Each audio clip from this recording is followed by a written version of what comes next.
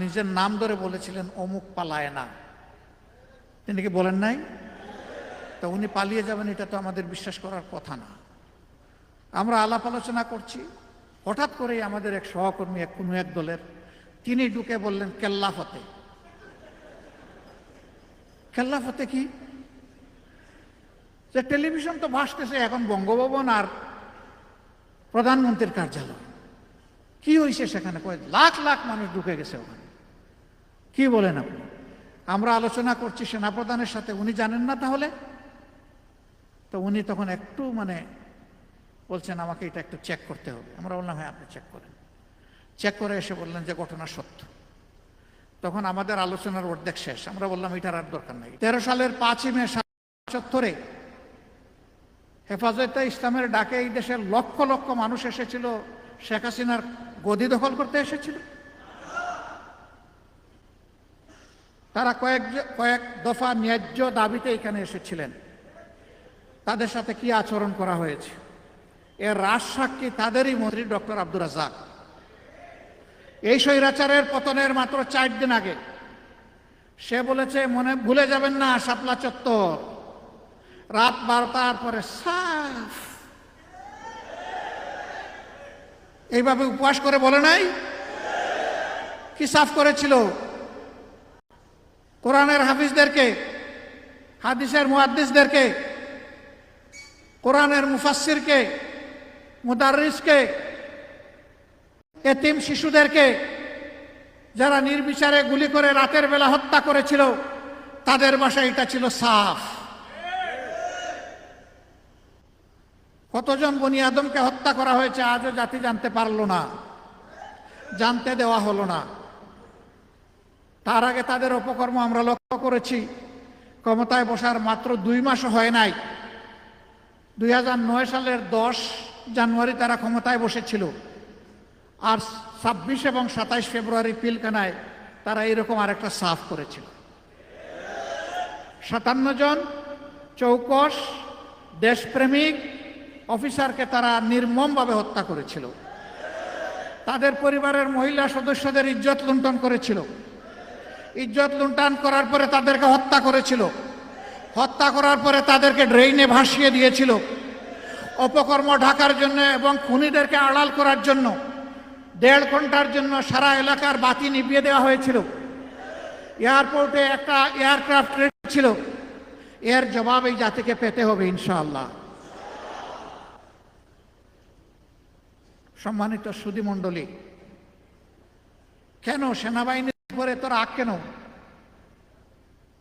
কারণ আমাদের সেনাবাহিনী দেশপ্রেমিক। আমাদের সেনাবাহিনীর লড়ে যাওয়ার ঐতিহ্য আছে। দেশের ক্রান্তিকালে তারা ঝাঁপায়ে পড়ে, এবারকার বন্যায়ও আমরা তাদের সেই কর্মগুলো দেখেছি। এরকম একটা সেনাবাহিনী সবাই সহ্য করতে পারবে না। একটা প্রবাদ আছে, বাত গরম হলে মেহমানের জন্য সুবিধা, কিন্তু বিড়ালের জন্য অসুবিধা। গরম বাতে বিড়াল মন খারাপ করে।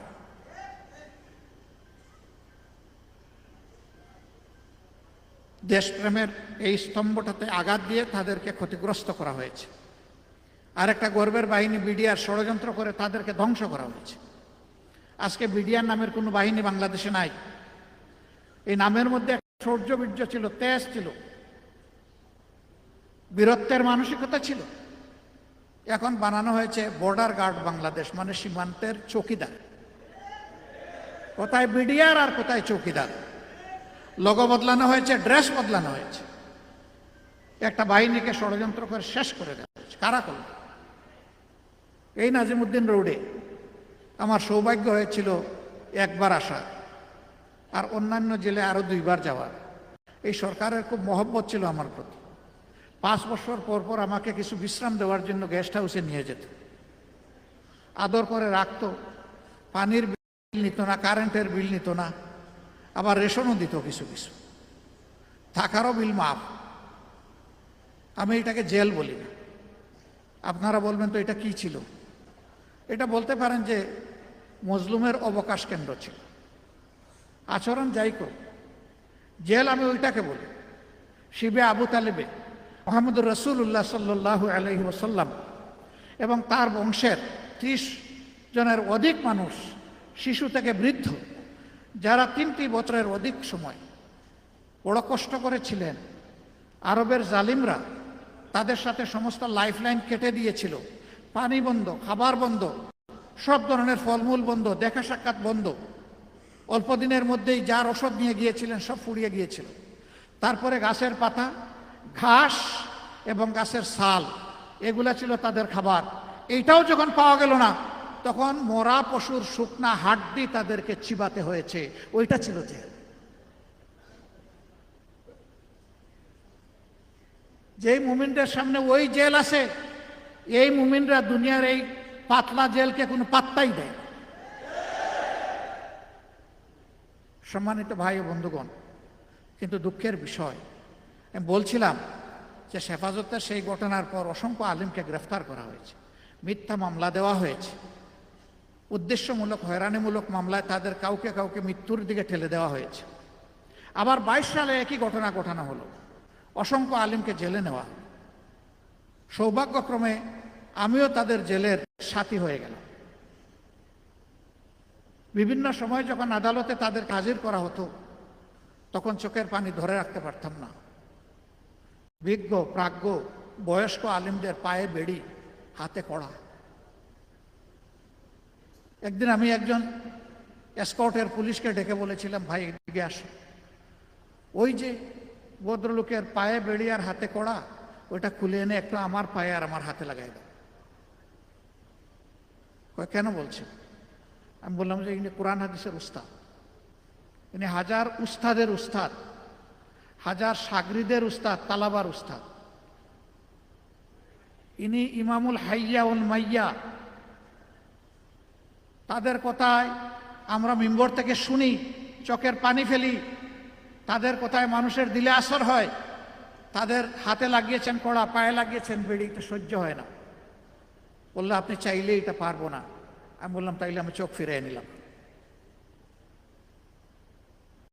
এক জেল থেকে আরেক জেলে এইভাবে বেড়ি দিয়ে কড়া দিয়ে তাদেরকে টানাটানি করা হয়েছে, তাদেরকে নিকৃষ্ট আচরণ করা হয়েছে। তাদের কাউকে ডিভিশন দেওয়া হয়নি। অথচ এবিসিডি তাদের দলের চোর ডাকাত খুনি, এদেরকে আমি ডিভিশন দিতে দেখেছি। উলামায়ে কেরামের প্রতি সামান্য ইজ্জত প্রদর্শন করা হয়নি।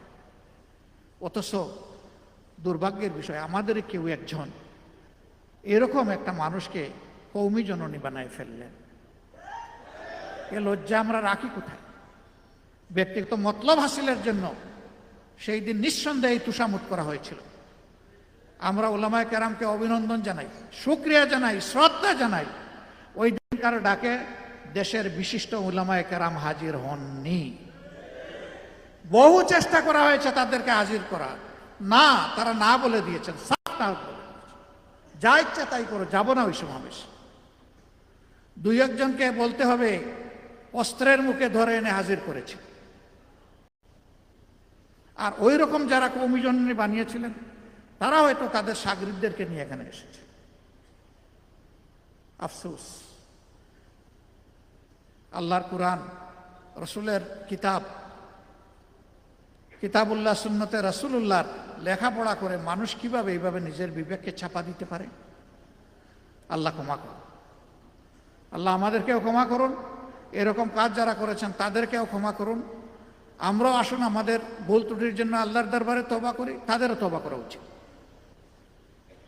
সম্মানিত ভাইরা, একটা দুঃসময় জাতি পার করেছে। চাঁদাবাজদের জ্বালায় অতিষ্ঠ, দখলদারির জ্বালায় অতিষ্ঠ, মা বোনদের ইজ্জত নিয়ে তটস্থ, জীবন নিয়ে অতিষ্ঠ, তটস্থ। মানুষ আতঙ্কের মধ্যে দিন কাটত। মানুষের মুখের দিকে তাকানো যেত না, চুপি চুপি কথা বলতেও ভয় পেত। একটা অদৃশ্য তালা ঠুটে ঝুলিয়ে দেওয়া হয়েছিল, কথা বলতে পারবো না, অন্যায় করলে তার প্রতিবাদ করা যাবে না। জামাতে ইসলামের উপরে তো রাগ কেন? রাগ হচ্ছে এই দলটাকে কেউ কখনো কিনতে পারেনি, খরিদ করতে পারে। এই দলটা অন্যায়ের সামনে কখনো মাথা নত করে।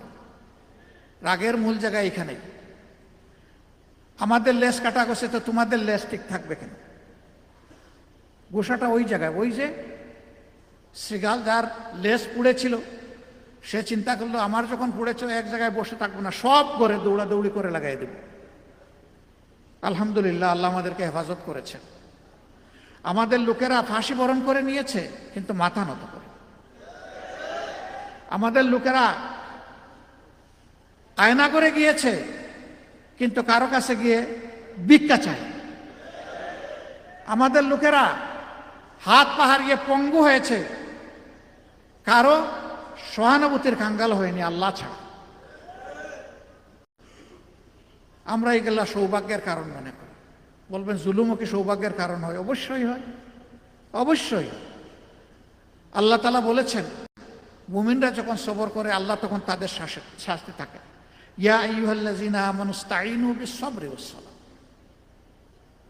ইন্নাল্লাহা মা'আস-সাবিরিন। যখন তোমাদের উপর বিপদ আপদ জুলুম অত্যাচার আসবে, তোমরা আল্লাহর সাহায্য চাও সবর এবং সলাতের মাধ্যমে। তোমরা জেনে রাখো, নিশ্চয়ই আল্লাহ মুমিনদের সাথে আছেন, সাবরিনদের সাথে আছেন। যারা সবর করবে অবশ্যই আল্লাহকে তারা সাথে পাবে। সবর আমাদের শক্তি। এই সবরের উপরে আমরা ভর করেছিলাম, আল্লাহ তাআলার উপর তাওয়াক্কুল করেছিলাম। অনেকে বলতো যে এই দুঃশাসনের কি শেষ হবে? আল্লাহ তাআলার মেহেরবানি হয়েছিল, আল্লাহ তাআলা এবার আমাকে লাব্বায়ক বলার সুযোগ দিয়েছিলেন। সেই পবিত্র কাবা ঘরেও অনেকে ঠায় মাঝে মাঝে তাকিয়ে থাকতো। আমি বলতাম যে ভাই, আমার মধ্যে আপনি কাউকে খুঁজছেন? ওই জি। আমি বললাম, যারে খুঁজছেন হে এই ব্যক্তি। আসসালামু আলাইকুম। আমাদের কি কোনো পথ আছে এই জুলুম থেকে বের হওয়ার? কেন নয় ভাই, অবশ্যই আছে। আপনি যে জায়গাটায় এসেছেন, এই ঘরের মালিককে বলে যান, চোখের দুই ফোঁটা পানি ফেলেছেন আপনার নিজের জন্য, জাতির জন্য। ইনশাল্লাহ এই পানি বৃথা যাবে না। আমাকে লোকেরা জিজ্ঞেস করতো, কারে দিয়ে এটা আশা করা যায়? আমি বলতাম, কেন? আমাদের যুব সমাজ। বলে যে কোন যুব সমাজ? যেটা মোবাইল আর টিকটক নিয়ে পড়ে থাকে, সেই যুব সমাজ? আমি বললাম, হ্যাঁ, সেই যুব সমাজ। আল্লাহ চাইলে এই যুব সমাজও বিস্ফোরণ ঘটাতে পারে। তখনও জানি না এরকম একটা বিস্ফোরণ ঘটে যাবে। আমি এটা 11 থেকে 17 তারিখের কথা বলছি, জুলাই মাসে। জানতাম না এরকম একটা কিছু ঘটবে, কিন্তু আলহামদুলিল্লাহ আল্লাহ তো গোঠাই দিলেন। আল্লাহ গোঠাই দিলেন। আন্দোলন নিভু হচ্ছিল, এরকম কত আন্দোলন হয়েছে অতীতে। সেই আন্দোলন মুঘল বাহিনী দিয়ে, হেলমেট বাহিনী দিয়ে, রাষ্ট্রের জনগণের কেনা পয়সায় বুলেট এবং ব্যানর দিয়ে সেই আন্দোলনকে দফায় দফায় দমন করা হয়েছে। কিন্তু এবারকার আন্দোলন কাল হয়ে দেখা দিয়েছিল তাদের জন্য। পাপ বালিগ হয়েছিল, সীমা লঙ্ঘন হয়ে গিয়েছিল। আল্লাহ ধরেন জালিমদেরকে। কখন ধরেন? যখন তারা সীমা লঙ্ঘন করে, তখন আল্লাহ তাআলা ধরেন। আল্লাহর দৃষ্টিতে সীমা লঙ্ঘন হয়েছে বলেই আল্লাহ ধরেছেন। একজন বড় দায়িত্বশীল নেতা একদিন আমাকে বললেন যে, আল্লাহ তাআলা কি মজলুমের ডাক শুনেন না? আমি বললাম, কেন শুনবেন না? বলে যে, কই, আমি না হয় একজন গুনাহগার সাধারণ মানুষ, কিন্তু 2-3 জনের নাম বললেন যে আমি তো ওনাদেরকে দরবেশ মনে করি। আমার চোখের পানি আল্লাহ হয়তো শুনলেন না, ওনাদের চোখের পানি আল্লাহ দেখেন না? অবশ্যই দেখেন। আমি তাকে বলেছিলাম যে আপনার ক্যালেন্ডার আর আল্লাহর ক্যালেন্ডার এক নয়। আল্লাহর একদিন আমাদের 50,000 বছরের সমান। সুতরাং আল্লাহ তাআলা আমাদের ক্যালেন্ডারে চলেন না, আল্লাহ চলেন নিজের ক্যালেন্ডারে। মানুষ বহু পরিকল্পনা করে, সব পরিকল্পনা বাস্তবায়ন হয় না, কিন্তু আল্লাহ যা পরিকল্পনা করেন তার সব কিছু বাস্তবায়ন হয়, কোনো কিছু ব্যর্থ হয় না। আলহামদুলিল্লাহ, আল্লাহর পরিকল্পনাই বাস্তবায়িত হলো। আমরা বসে আছি সেনাপ্রধানের অফিসে, আলাপ করা হচ্ছে যে প্রধানমন্ত্রী কিভাবে পদত্যাগ করবেন, প্রেসিডেন্টের কাছে জমা দিবেন। আমরা তো চিন্তা করি নাই যে তিনি বলেছিলেন যে না, অমুক নাম, নিজের নাম ধরে বলেছিলেন অমুক পালায় না। তিনি কি বলেন নাই? তো উনি পালিয়ে যাবেন, এটা তো আমাদের বিশ্বাস করার কথা না। আমরা আলাপ আলোচনা করছি, হঠাৎ করেই আমাদের এক সহকর্মী কোনো এক দলের, তিনি ঢুকে বললেন, কেল্লা ফতে। কেল্লা ফতে কি? যে টেলিভিশন তো ভাসতেছে এখন বঙ্গভবন আর প্রধানমন্ত্রীর কার্যালয়, কি হয়েছে সেখানে? লাখ লাখ মানুষ ঢুকে গেছে ওখানে। কি বলেন আপনি? আমরা আলোচনা করছি সেনাপ্রধানের সাথে, উনি জানেন না তাহলে? তো উনি তখন একটু বলছেন আমাকে এটা একটু চেক করতে হবে। আমরা বললাম হ্যাঁ আপনি চেক করেন। চেক করে এসে বললেন যে ঘটনা সত্য। তখন আমাদের আলোচনার অর্ধেক শেষ। আমরা বললাম এটার আর দরকার নাই, এটা ফিনিশ, এখন পরবর্তী আলোচনায় যান। তো পরবর্তী আলোচনা হয়ে উনাকে পরামর্শ দেওয়া হলো সবার পক্ষ থেকে। তো উনি যাবেন বঙ্গভবনে আমাদের মেসেজ নিয়ে প্রেসিডেন্টের কাছে, এই কাজ 1 2 3 4 5 5টা কাজ করতে হবে। কিছুক্ষণ পরে ঘুরে এসে বললেন আপনারা কি কামানের গুলার মুখে আমাকে একা ছেড়ে দিবেন? বললাম গুলা তো সব আপনার হাতে, আমরা আপনাকে ছাড়বো কিভাবে? সব সৈনিক তো আপনার হাতে। কয়ে যে সারা দেশ এখন কামান হাতে নিয়ে বসে আছে, 18 কোটি মানুষের হাতে এখন কামান। আপনারা আমাকে সাহায্য করেন, আপনারা বঙ্গভবনে চলেন।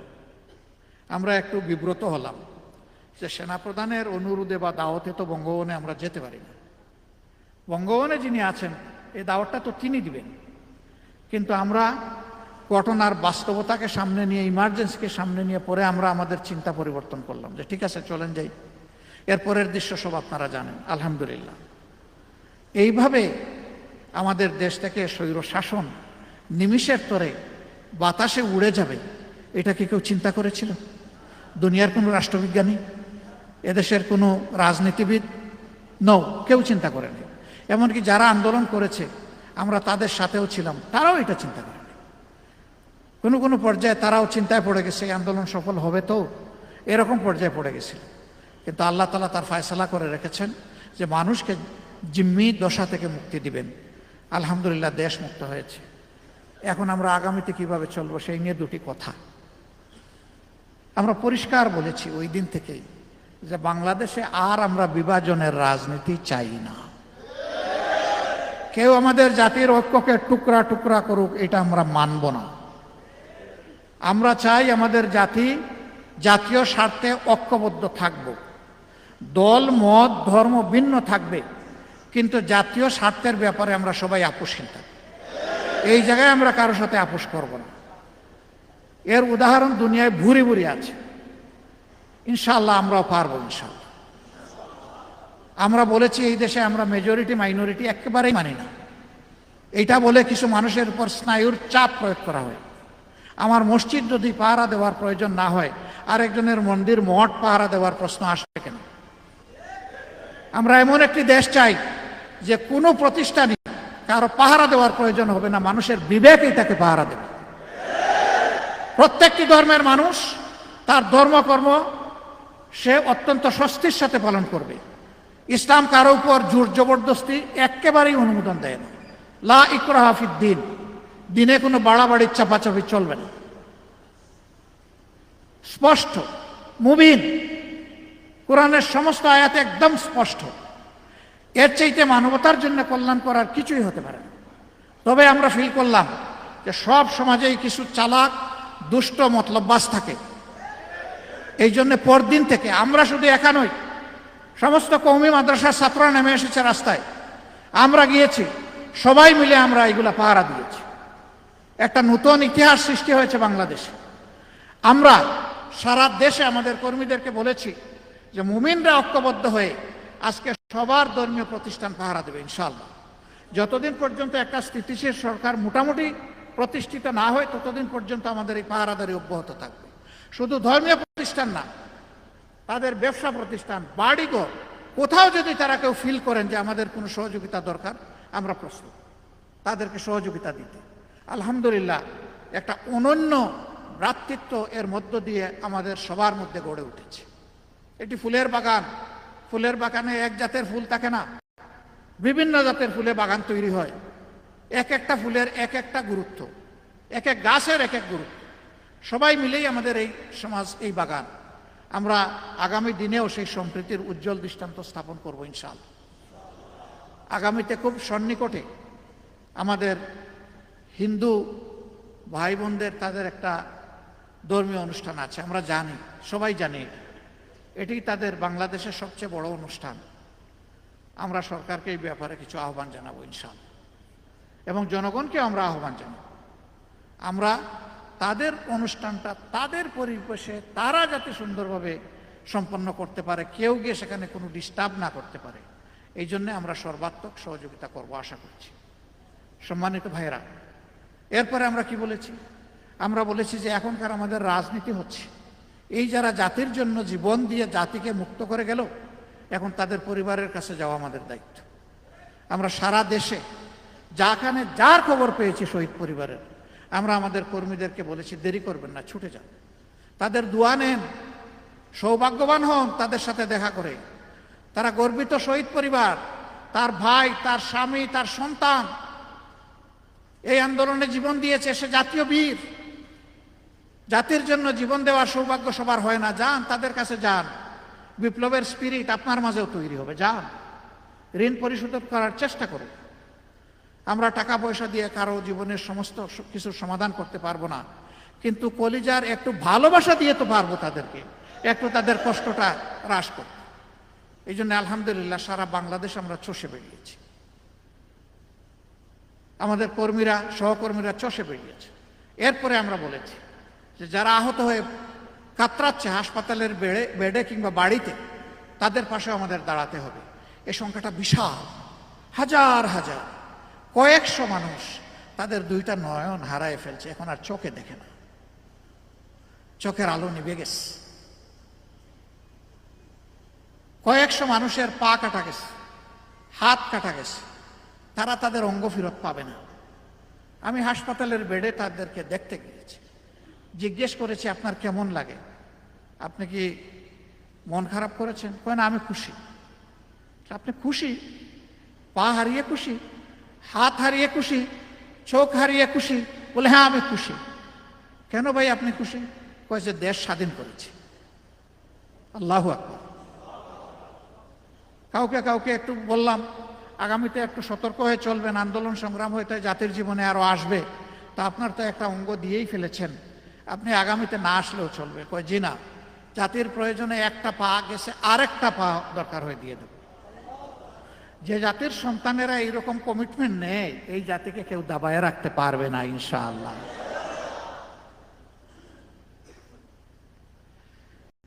আল্লাহ তাআলা যদি মুমিন মুসলমানদের হাতে এই দেশ পরিচালনার দায়িত্ব দেন, কথাটা ভালো করে খেয়াল করবেন, আমি শব্দ বলতেছি মুমিন মুসলমানদের হাতে যদি এই দেশ পরিচালনার দায়িত্ব দেন, ইনশাআল্লাহ আমাদের এই সম্মিলিত সকল কর্মীরা তার বিবেকের পাহারাদার হবে এবং সে জনগণেরও পাহারাদার। আমরা দেশকে আমাদের মালিকানা মনে করব না। আল্লাহ তাআলা যদি এইরকম কোনো সুযোগ দেন, আমরা নিজেদেরকে সেবক এবং খাদিম মনে করি। যদি সেই সেবাটা আল্লাহ কবুল করেন, নিজেদেরকে আমরা সৌভাগ্যবান মনে করি। আমরা আপনাদেরকে কথা দিচ্ছি, এখন দেখছেন না যে প্রথমবার এমপি হওয়ার পরে দ্বিতীয়বার যখন তার আর্থিক বিবরণী নির্বাচন কমিশনে জমা দিছে, দেখা যায় এক একজনের 700 গুণ 800 গুণ আয় বেড়ে গেছে। আলাউদ্দিনের প্রদীপ গড়ে গড়ে জ্বলে উঠেছে। আমার আশঙ্কা হয় মুমিনরা যদি এদেশের দায়িত্ব পালন করার সুযোগ পায়, ওদের 700 গুণ তো বাড়বেই না, ঋণের ভারে ওদের পিঠ নরম দুর্বল হয়ে যায় কিনা। কারণ তখন জনগণের খেদমত করতে গিয়ে সবসময় শুধু রাষ্ট্রের ভান্ডার থেকে খরচ করা যায় না, অনেক সময় নিজের পকেট থেকেও খরচ করতে, যেটা এখনো মুমিনরা করে। সম্প্রতি বছরগুলোতে আপনারা দেখেছেন, আলহামদুলিল্লাহ আলহামদুলিল্লাহ এই দেশে অনেক নামকরা বিশাল বিশাল আন্তর্জাতিক এনজিও আছে, বড় বড় দল আছে, কিন্তু যখনই বন্যা করা দুর্যোগ দেখা দিয়েছে, উলামায়ে কেরাম ঝাঁপিয়ে পড়েছেন, ঝাঁকে ঝাঁকে। তারা বাংলাদেশের নূতন ইতিহাস সৃষ্টি করেছেন, তারা জাতির মধ্যে আশা জাগিয়ে তুলেছেন যে উলামায়ে কেরাম সত্যিকার অর্থে দেশের মানুষকে ভালোবাসে। সম্মানিত ভাইরা, যাদের হাতে ইমানের নূর আছে, যাদের হাতে আল্লাহর কিতাব আছে, যাদের হাতে রাসূলুল্লাহ সাল্লাল্লাহু আলাইহি সাল্লামের সুন্নাহ আছে, তাদের এর চাইতে দুনিয়ার বড় কোনো সম্পদের প্রয়োজন নেই। এখন শুধু আল্লাহ তাআলা আমাদের সঙ্গী থাকলেই হয়ে যায়। আলহামদুলিল্লাহ আমরা বিশ্বাস করি এই জাতির একমাত্র প্রকৃত বন্ধু এবং সঙ্গী হচ্ছেন আল্লাহ রাব্বুল আলামিন। আমরা আপনাদের সহযোগিতা চাই।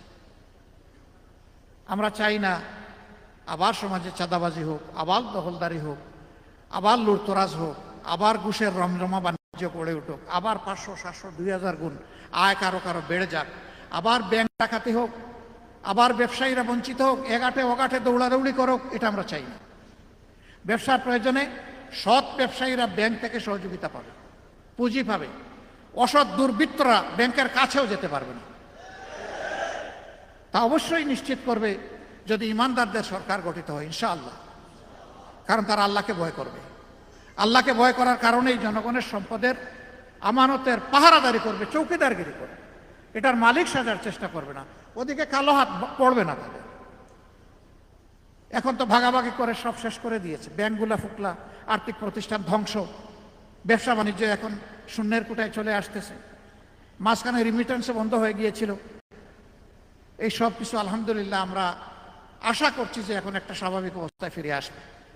এই সরকারের ব্যাপারে আমাদের মেসেজ স্পষ্ট, আপনারা জনআকাঙ্ক্ষার অন্তর্বর্তীকালীন সরকার। আপনারা ক্যান্ডিডেট হয়ে ভোট পেয়ে এখানে বসেন নাই, বরঞ্চ আমরা জনগণই আপনাদেরকে এই দায়িত্ব দিয়েছি। সুতরাং 24-এর বিপ্লবের চেতনাকে সম্মান করেই আপনাদেরকে আপনাদের দায়িত্ব পালন করতে হবে। এই ক্ষেত্রে কোনো ব্যতিক্রম জনগণ আপনাদের কাছ থেকে প্রত্যাশা করে না। যতক্ষণ পর্যন্ত আপনারা এই চেতনার উপরে থাকবেন, আমরা আশা করি, আমরা কথা দিতে পারি, এদেশের আপামর জনগণের সাহায্য এবং দোয়া আপনারা পাবেন। কিন্তু যদি আপনারা এই পথ থেকে সরে যান, আমরা আপনাদেরকে সংশোধন করে দেওয়ার চেষ্টা করব। যদি আমাদের সংশোধনতে কাজ না হয়, আমরা প্রতিবাদের রাস্তায় না, যাতে আপনারা সুন্দরভাবে দেশটা চালাইতে পারেন। দ্বিতীয় কথা হচ্ছে, আপনারা যেহেতু কোনো নির্বাচিত নিয়মিত সরকার নন, আপনাদের মূল কাজটা হচ্ছে গণতন্ত্রে উত্তরণ করে জাতিকে হ্যান্ডওভার দিয়ে যাওয়া, একটা সুষ্ঠু নির্বাচন করা। সুষ্ঠু নির্বাচনের জন্য কিছু অত্যাবশ্যকীয় সংস্কার করতে হবে। আমরা দেখলাম যে ওনারা কিছু কমিশন গঠন করেছেন, কিন্তু অংশীজনের সাথে কোনো ডায়ালগ হয়নি।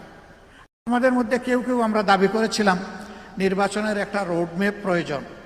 আমরা এই দাবির সাথে দ্বিমত পোষণ করি নাই, কিন্তু আমরা বলেছি তার আগে আরেকটা রোডম্যাপ দরকার। সেই রোডম্যাপটা হচ্ছে সংস্কারের রোডম্যাপ, যে কি কি বিষয়ে ওনারা সংস্কারে হাত দিবেন আর কতটুকু সময়ের ভিতরে এই কাজ করবেন। এইটা যদি সফল হয় তাহলে নির্বাচনী রোডম্যাপও সফল হবে। এটা যদি ব্যর্থ হয়, সরকার ব্যর্থ হবে, বিপ্লব ব্যর্থ হবে, দেশ ব্যর্থ হবে। আলহামদুলিল্লাহ আশা করছি যে এটার কেউ ব্যত্যয় করবেন না। আমরা সরকারকে আহ্বান জানিয়েছিলাম, আপনি বসুন। যেভাবে ঐক্যমত্যের ভিত্তিতে সরকারের উপর এ দায়িত্ব জনগণ দিয়েছে, আরেকবার জনগণের সাথে, জনগণের প্রতিনিধিদের সাথে, রাজনৈতিক দলের সাথে, সিভিল সোসাইটির সাথে আপনারা আবার ডায়ালগ করুন। আমরা অভিনন্দন জানাই, আগামী শনিবার থেকে তারা আবার এই ডায়ালগ শুরু করতে যাচ্ছে। তারা যদি ডায়ালগ করেন, আশা করি ভালো কিছু বের হয়ে আসবে ইনশাআল্লাহ। মিলেমিশে যে কাজটা করা হয়, 10 জনের পরামর্শ নিয়ে যে কাজটা করা হয়, এই কাজে আল্লাহর বরকত থাকে। আপনারা সবাই দেশের জন্য দোয়া করবেন। আমরা শুধু আপনাদেরকে এতটুকু কথা দিতে পারি, আল্লাহ যদি আমাদেরকে কখনো দায়িত্ব দেন, আপনারা যদি ভালোবাসেন, আপনারা যদি এগিয়ে দেন, তাহলে আমরা চেষ্টা করব আপনাদের এই আমানতের মর্যাদা রক্ষা করার। আমরা চেষ্টা করব নিজেরা দুর্নীতি জিরো এবং সকলের জন্য দুর্নীতি জিরো করব না, কাউকে করতেও দিব না ইনশাআল্লাহ। তাহলেই একটা দুর্নীতিমুক্ত বাংলাদেশ হবে। তবে এটা মনে রাখতে হবে, ড্রেইনের ময়লা পানি দিয়ে 24 বার ধুইলেও কিন্তু উজু একবার হবে না। উজুর জন্য প্রয়োজন হবে পরিচ্ছন্ন পানি, পবিত্র পানি। এই জন্য কাকে দিয়ে দুর্নীতিমুক্ত সমাজ গঠন করতে হবে, আমি বিশ্বাস করি বাংলাদেশের মানুষ এটা বুঝে ফেলেছে। একটা দুর্নীতিমুক্ত, করাপশন ফ্রি সোসাইটি এই দেশের মানুষ চায়, আর আমরাও সেটাই চাচ্ছি। 2 নম্বর, আমরা চাই না যে আদালত কারো অর্ডারে চলুক। আমরা চাই আদালত যে আইন থাকবে সেই আইন এবং আদালতের বিচারকদের বিবেক অনুযায়ী চলুক।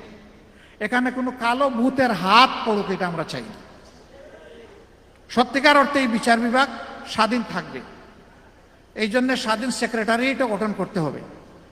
3 নম্বর, আমরা চাই না রাষ্ট্রের কোনো বাহিনী অথবা কোনো সেবক কোনো দলের হয়ে দলবাজি করুন। আমরা ক্ষমতায় গেলে কাউকেই সুযোগ দেব না আমাদের হয়ে তেলবাজি, দলবাজি করার কোনো সুযোগ দেব না। রাষ্ট্রের কর্মচারী হবেন রাষ্ট্রের সেবক, রাষ্ট্রের ট্যাক্সের পয়সায় তাদের সব কিছু চলে, আমারও অনেক কিছু চলে। এই জন্য আমার যেমন দায়বদ্ধতা আছে, রাষ্ট্রের বাহিনীগুলোর বিশেষভাবে সেই দায়বদ্ধতা আছে। এই জায়গা থেকে তাদেরকে সরিয়ে বিপজ্জনক অবস্থায় নিয়ে জাতির মুখোমুখি দাঁড় করিয়ে দেওয়া হয়েছিল। জাতি একদিকে যুদ্ধে, তারা আরেকদিকে যুদ্ধে, এই যুদ্ধ করে অনেকগুলো জীবন গিয়েছে। আমরা আরেকবার চাই না যে এই ধরনের একটা অবস্থা বাংলাদেশের সৃষ্টি হোক, আমরা এটা হতে দেব না। 4 নম্বর, আর্থিক সেক্টরে আমরা এইখানেও কোনো নেপোটিজম বা স্বজনপ্রীতি আমরা দেখতে চাই না, নিজেরাও করব না এবং কাউকে করতে দেব না। যদি রাজনীতিবিদরা সিদ্ধান্ত নেয় যে এই দেশটা সুন্দর হবে, আর কেউ অসুন্দর চলার সাহস করবে না। কিন্তু যখন সবাই দেখবে যে ইনিই তো দুর্নীতিবাজ, ইনিই তো কিছুই মানেন না, ইনি তো সকল ক্ষেত্রে দাপড়িয়ে বেড়াচ্ছেন, তখন রাষ্ট্রের সকল অঙ্গ এই জ্বরে আক্রান্ত হয়। আমরা এই জ্বর থেকে জাতিকে ইনশাআল্লাহ মুক্ত রাখার সকল শক্তি দিয়ে চেষ্টা করব ইনশাআল্লাহ। আর এই সব কিছু সম্ভব এমন একটা আইনে, যে আইনের মধ্যে কোনো দুর্বলতা নাই। আলিফ লাম মিম যালিকাল কিতাবু লা রাইবা ফীহি হুদাল লিল মুত্তাকিন। এই বিধানটা হচ্ছে কোরআন, এবং আল্লাহ তাআলা বলছেন যে আল্লাহ যাদেরকে তার অন্তর আল্লাহর ভয় দিয়ে পরিপূর্ণ করে দিয়েছেন, তাদের পক্ষেই এখান থেকে হেদায়েত পাওয়া, সঠিক রাস্তা পাওয়া সম্ভব। আমরা জাতিকে সঠিক রাস্তার উপরে দেখতে চাই, তুলতে চাই। আপনাদের সকলের সহযোগিতা চাই, দোয়া চাই। হ্যাঁ, আমরা ভুল করলে আপনারা অবশ্যই সমালোচনা করবেন, ধরিয়ে দেবেন, পরামর্শ দিবেন, সহযোগিতা করবেন। এর মধ্য দিয়েই ইনশাআল্লাহ এদেশের দেশপ্রেমিক ইমানদার জনতা ইনশাআল্লাহ একটা সুন্দর দেশ আশা করি উপহার দিতে পারবে। এইরকম একটা সময়ের অপেক্ষায় আপনাদের সকলকে অংশগ্রহণ করার উদাত্ত আহ্বান জানিয়ে, কথা বলতে গেলে সারা রাত আমি বলতে পারবো, কিন্তু আপনারা শুনতে পারবেন না। ইংলিশে একটা ফ্রেজ আছে, a hungry person is a angry person. পেটে যার ক্ষুধা তাকে মিজাজ তার বিগড়ে যায়। আমি আপনাদের মিজাজ বিগড়াতে চাই না। আসসালামু আলাইকুম রহমতুল্লাহ।